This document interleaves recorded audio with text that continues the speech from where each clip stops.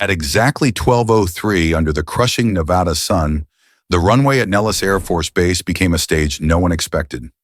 An old man, 78 years of age, rolled out a P-51 Mustang. Its skin was scarred with rust, its frame patched with time, a relic of World War II surrounded by the sleek machines of the future. Laughter cut through the heat. "Does that antique even start?" one young pilot shouted.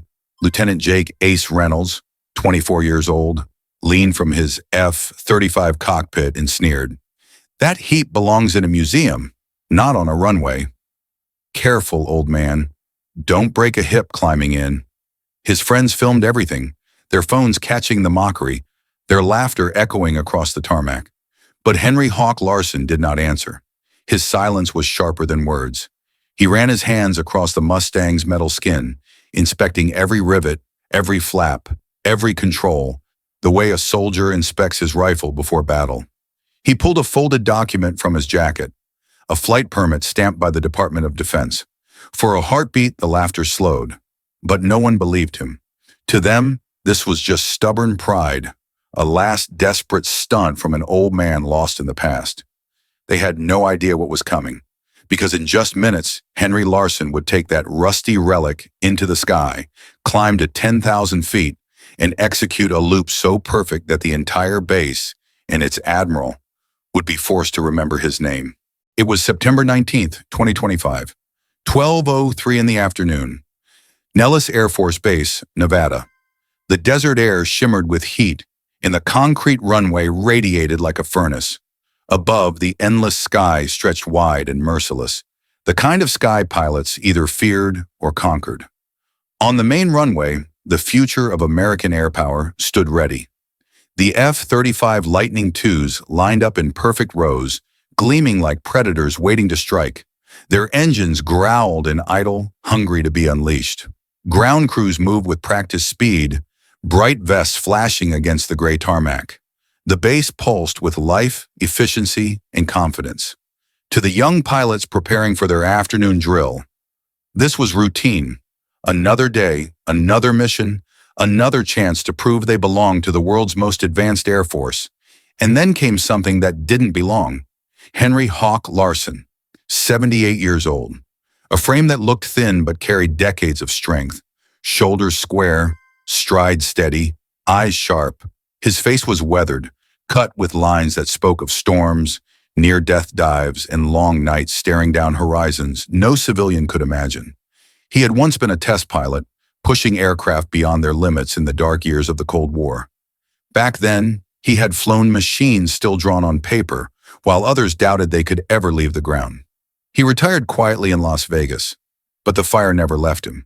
What he rolled onto the runway was not a polished marvel of technology. It was a P-51 Mustang, born in World War II, reborn piece by piece from a museum hangar. Its silver coat had faded, its frame showed scars of time, but it was alive. To Henry, this machine was not a relic. It was a companion, a reminder of fallen brothers, a link to the age when courage meant survival and every flight could be the last. The young pilots saw only a joke, a dinosaur in the age of predators. Their laughter carried across the runway. They saw an old man clinging to glory, not the aviator who once carved history in the skies. But not everyone misjudged him. In the command building overlooking the runway, Admiral Sarah Mitchell paused at her office window. 55 years old, veteran of Iraq, commander of Nellis. She knew the name Henry Larson. She knew what he had done, and she knew that sometimes history doesn't walk away quietly. Sometimes it rolls back onto the runway, ready to remind the world who it is. The Mustang's wheels scraped against the concrete as Henry pushed it farther down the runway. The contrast was brutal. On one side, polished F-35s gleamed like knives. On the other, his weathered warbird rolled forward, each rivet catching the desert sun like a scar that refused to fade. "Look at that thing!" A voice rang out from the sidelines. A young pilot pointed and laughed. "Somebody dusted off a museum display." Phones appeared instantly. Cameras recorded every step of the old man's journey. This was content too good to miss, a relic stumbling into the age of stealth fighters. Lieutenant Jake Ace Reynolds stepped down from his jet with deliberate swagger. At 24, he already carried himself like the future of American aviation. His helmet under one arm, his smirk sharp as a blade, he walked straight toward Henry. "That's a flying coffin," Jake announced, loud enough for everyone to hear. "Sir, for your own safety, you should turn it around before it falls apart on takeoff." His wingman chuckled, one adding, "Careful, Ace, don't sneeze near it. The whole wing might come off." The laughter spread. Hashtags formed before the Mustang's propeller even spun. To the young pilots, this was entertainment. Proof that the new had triumphed over the old. But Henry gave them nothing. Not a glance. Not a word. His focus was absolute. He checked the flaps, the ailerons, the landing gear. He crouched to run a hand along the wheel assembly, the same way he had done decades earlier, before missions where a single mistake meant death. Every motion was precise, calm, unhurried. The ritual of a professional. Jake grew impatient. He stepped closer, cutting into Henry's space. "This is a restricted runway, old man. We have live drills scheduled. You can't just roll your toy out here and risk the lives of real pilots." Henry straightened slowly, his eyes finally meeting Jake's. For a moment, the young lieutenant felt something he hadn't expected. A chill, as if the man before him wasn't fragile at all, but carved from steel. Without speaking, Henry reached into his jacket and pulled out a folded document. He pressed it against Jake's chest. The emblem of the Department of Defense glared in the sunlight. A flight permit. Current. Authorized. For the first time, Jake's smirk faltered. He pushed the paper back awkwardly. "Fine. If you've got clearance, then fly it. But don't expect us to scrape the pieces off the runway when you crash." His wingman laughed again, though softer this time. Their voices no longer carried the same confidence. Henry tucked the permit away, turned and climbed into the cockpit. The laughter still echoed, but he had already left it behind. His eyes were locked on the horizon, where silence and sky waited to prove them all wrong. The radio cracked with hesitation from the control tower. "Mustang 1. Runway is clear. You are authorized for flight." The permission was given reluctantly, almost as if the voice expected disaster. Henry lowered his goggles, tightened his gloves, and pressed the starter. For a second, nothing happened.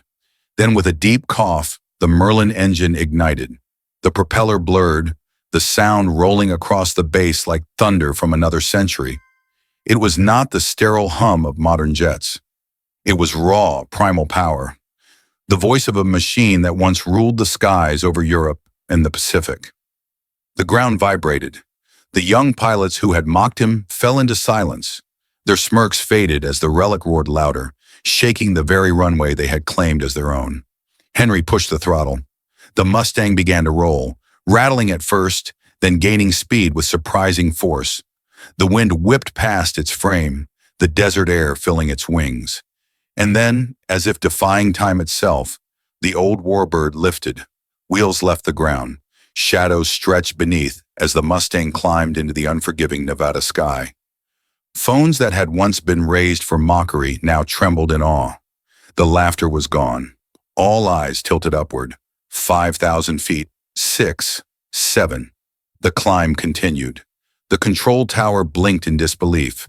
Even the radar operators stopped their chatter, their screens showing an unexpected ascent. Inside the cockpit, Henry was calm. His hands were steady, his breathing slow. He had done this countless times before, in days when the stakes were far deadlier than pride. His voice cut through the radio, clear and controlled. "Watch closely, gentlemen. This is how we did it." At 10,000 feet, the Mustang leveled for a heartbeat. The vast desert stretched below, like a canvas of gold and shadow. The sky above was endless, infinite. And then Henry pulled back. The nose tipped, the world inverted. Gravity seized the plane, dragging it downward. But Henry's grip was iron. The warbird arced in a perfect circle, carving the air into geometry no simulation could teach. A loop, clean, sharp, impossibly smooth. Sirens erupted on base. The radar screamed an alert, misreading the maneuver as hostile. Emergency lights spun, alarms blared through the tower. What the system saw was an unidentified aircraft performing combat patterns at high altitude. But what the pilot saw was mastery. On the runway, Jake Reynolds stood frozen. His cocky grin was gone, replaced by a jaw slack with disbelief. His fellow pilots didn't record anymore. Their phones hung useless at their sides. They were watching something no camera could capture. The absolute dominance of skill over arrogance. The Mustang completed its loop and steadied, wings cutting the air with grace. Henry leveled out, then dipped the nose in a salute to the runway below before beginning his descent. In the command building, Admiral Sarah Mitchell was already on her feet. She had seen many shows of skill, many demonstrations of courage. But this was something else. This was a man reminding an entire base, an entire generation, that greatness does not age, and that history still flies when given the chance. As the Mustang circled lower, the crowd gathered tighter, waiting for him to land. No one spoke. The desert wind carried only the echo of the Merlin's roar, and every single pilot knew in that moment they were witnessing something that would outlive them all. The Mustang touched down with elegance. Its wheels kissed the runway gently, rolling to a perfect stop as if time itself bowed to the landing. Henry shut down the engine, the growl fading into silence. He opened the canopy and climbed out, his movements slow but steady, his figure framed against the desert sun. No one laughed now. The same young pilots who had mocked him stood in a stunned line, their expressions pale with disbelief. Phones that once recorded jeers now captured silence. The sound of boots striking concrete broke the hush. Admiral Sarah Mitchell approached with measured steps, her uniform sharp, her presence commanding. Instinctively, every officer in sight snapped to attention. But the Admiral's eyes were fixed on Henry alone. She stopped before him. The desert wind lifted the brim of her cap as she spoke, her voice carrying authority and reverence. "Colonel Larson, it is an honor to welcome you back." The young pilots blinked in shock. "Colonel?" They hadn't known. Mitchell turned to them, her voice cut sharp. "Do you know who stands before you?" In 1962, Henry Larson flew a crippled Mustang into hostile skies and brought back an entire squadron. He tested aircraft that shaped the very jets you fly today. His maneuvers are still taught in combat manuals across this Air Force. Jake Reynolds, the loudest of them all, lowered his head. His arrogance was gone, stripped bare by truth. He stepped forward awkwardly, his voice unsteady. "Sir, I'm sorry. I didn't know. I should have shown respect." Henry studied him for a long moment. The silence weighed heavy until he finally placed a weathered hand on Jake's shoulder. His words were simple, but they cut deeper than any reprimand. "Respecting the past makes your future stronger." Jake nodded, eyes wet, the lesson etched into him forever. Admiral Mitchell turned back to the group. "From this day forward, every cadet at Nellis will study Colonel Larson's flight techniques. Not as a story, not as a relic, but as living doctrine. History is not behind you. It is under your wings. Every time you take off, the younger pilots stood straighter, their shame replaced with resolve. For the first time, they understood that the skies they flew had been carved by hands far older than theirs. Henry said nothing more. He simply looked at the horizon, the same horizon he had chased for decades, and breathed in the desert air. He had nothing to prove. The skies had spoken for him. The Mustang did not return to obscurity. Within weeks, the aircraft was placed in the Nellis Air Force Base Museum, its scars polished, its story etched in bronze.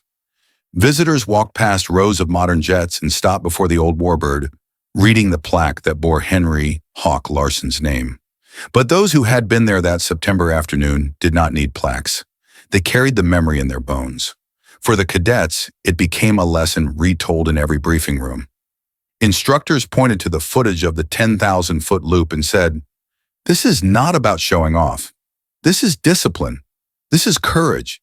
This is history speaking to you." In real time, Henry's maneuver was woven into the curriculum, a reminder that skill and honor never expire. Admiral Mitchell ensured the story reached beyond Nellis.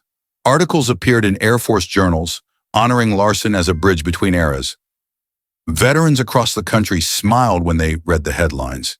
They knew the feeling, the sting of being forgotten, the joy of being remembered. Henry's flight was not just a stunt, It was a message to every veteran that their legacy still soared. Jake Reynolds and his fellow pilots changed too. Their arrogance was gone. Each time they stepped into their jets, they carried Henry's words.